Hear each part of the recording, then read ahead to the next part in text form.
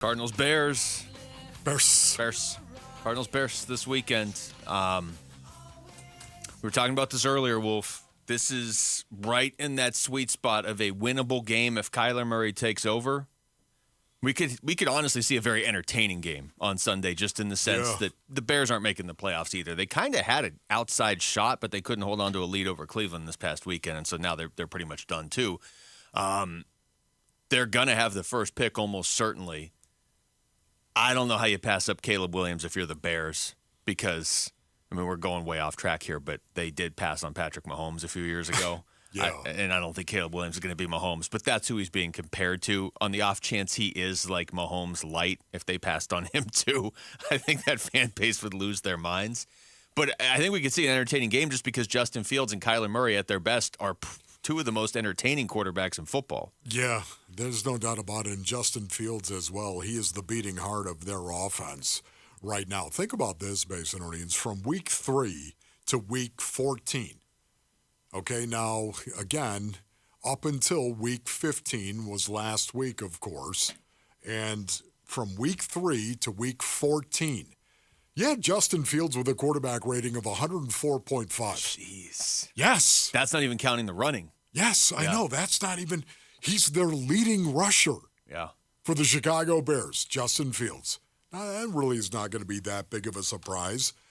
But it was when you consider the fact that the Chicago Bears are top 10 in terms of rushing yards per game and rushing yards per play. So they're obviously handing the ball off. It's not just Justin Fields scrambling.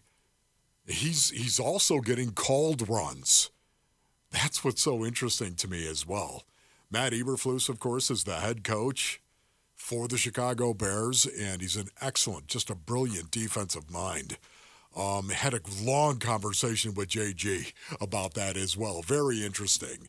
But I won't bore you with it right now. Now because I want to know. I know, okay. But I'm trying to make a point in regard to this offense.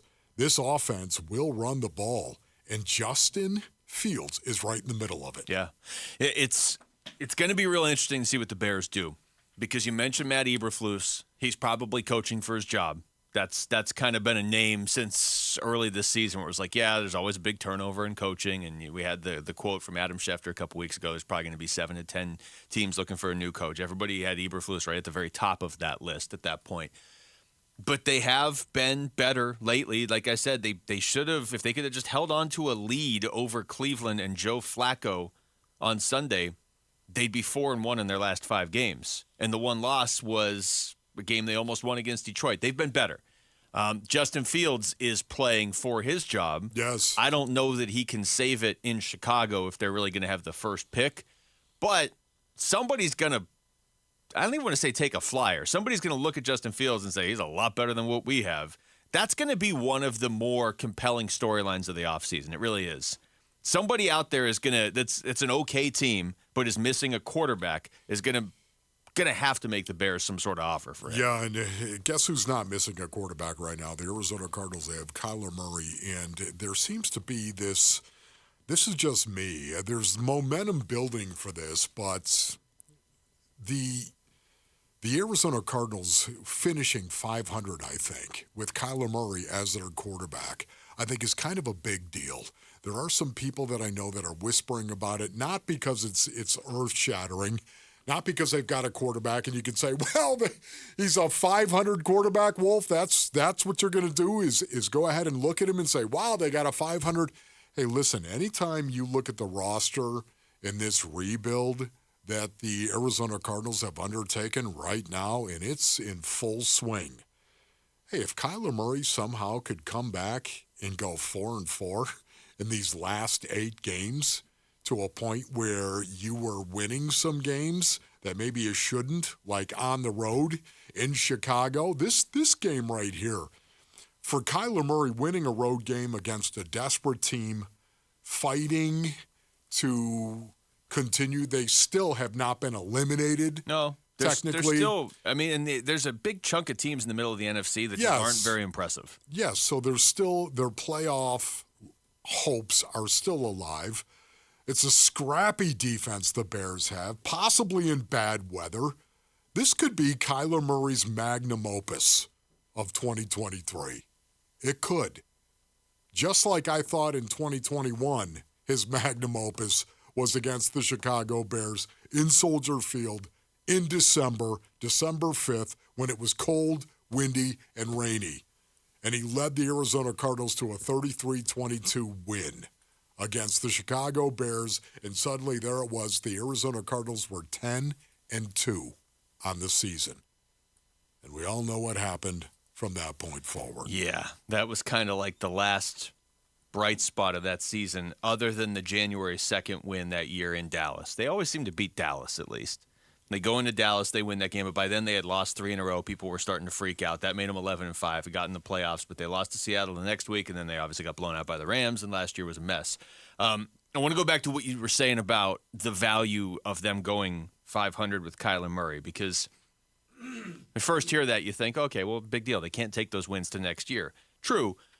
But how much better are you going to feel about the Cardinals' chances if they go into next year and you assume some of these younger guys are going to be better and they get another Monty Austin-Fort draft class in there and they can add some pieces in the offseason too if they want. We've already detailed in the past that they have more cap room, I think, than a lot of people anticipate.